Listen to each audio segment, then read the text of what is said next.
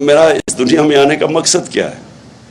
قرآن میں اللہ کہتا ہے کہ میں نے تمہیں کسی مقصد کے لیے پیدا کیا ہے۔ ہر انسان اپنا مقصد ڈھونڈتا ہے، لیکن وہ مقصد کریکٹڈ ہوتا ہے کہ آپ اپنے معاشرے کہ جتنا جتنا اللہ آپ کو نوازتا جائے، تعلیم دے، پیسہ دے، شہرت دے، پاور دے، ایک ہی امتحان انسان کا ہوتا ہے جو اللہ اور آخرت پہ مانتا ہے۔ ایک ہی چیز ہوتی ہے کہ آپ دوسروں کی زندگی بہتر کیسے کر سکتے ہیں۔ آپ کا جو امتحان ہوگا، ہم سب کا امتحان ہوگا، جب ہم اپنے رب کے پاس جائیں گے تو وہ ایک ہی سوال پوچھے گا کہ جو میں نے تمہیں دیا تھا تم نے اسے کیا کیا انسانیت کے لیے۔ اور یہ جب آپ کی تعلیم اور یہ کہ مقصد زندگی کا یہ ساتھ ساتھ جاتے ہیں۔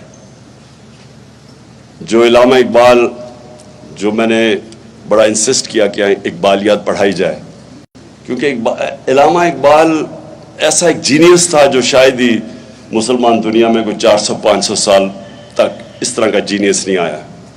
تو علامہ اقبال کی جو شاعری ہے وہ سارا وقت کنیکٹ کر رہی ہے انسان کو اوپر والے سے، مقصد زندگی کا۔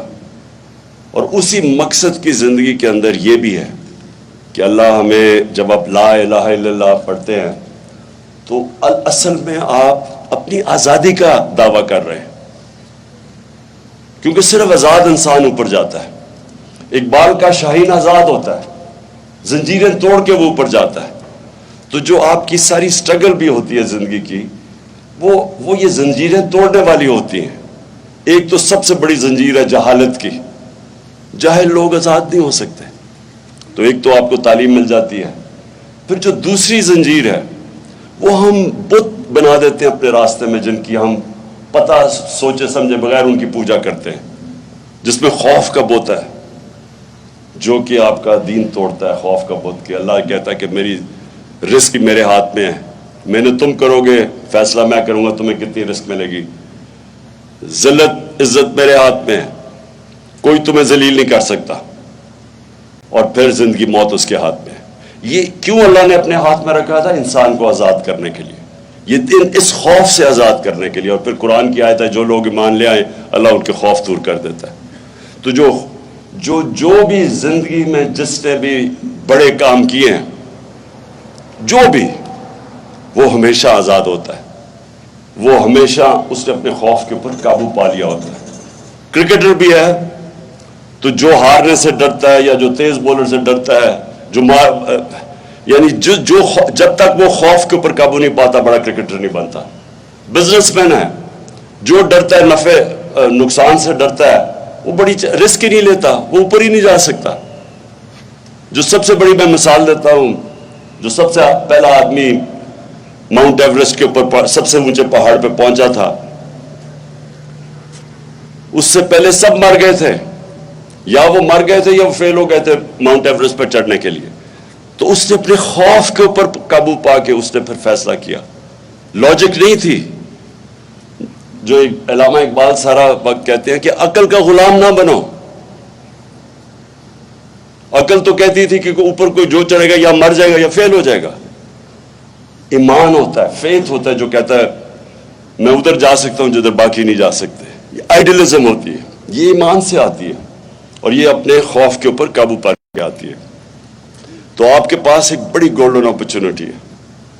ملک میں اللہ نے سب کچھ دیا ہے، ہماری بدقسمتی ہے کہ ہم کبھی حقیقی طور پہ آزاد نہیں ہوئے۔ فیصلے کوئی اور کرتا ہے ہمارے، باہر سے ڈکٹیشن آتی ہے۔ انصاف دوسری چیز آزاد کرتا ہے۔ انصاف کیا ہوتا ہے؟ رائٹس دیتا ہے، آپ کو حقوق دیتا ہے۔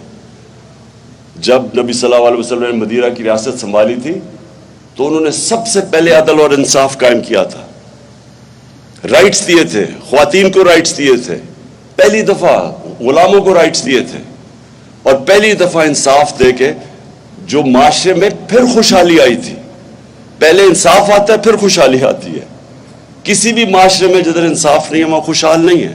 ساری آپ ڈیولپنگ ورلڈ دیکھ لیں، ساری ڈیولپنگ، ہر غریب ملک دیکھ لیں، جو بھی غریب ملک ہے اس کے اندر انصاف نہیں ہے، اور جو سب سے خوشحال ملک ہے وسائل کے باوجود وہ خوشحال ہیں کیونکہ وہاں انصاف ہے۔ سوئٹزرلینڈ میں کچھ بھی نہیں ہے، 99.9% ہے ان کا رول آف لا انڈیکس، کہ سب سے زیادہ انصاف ہے۔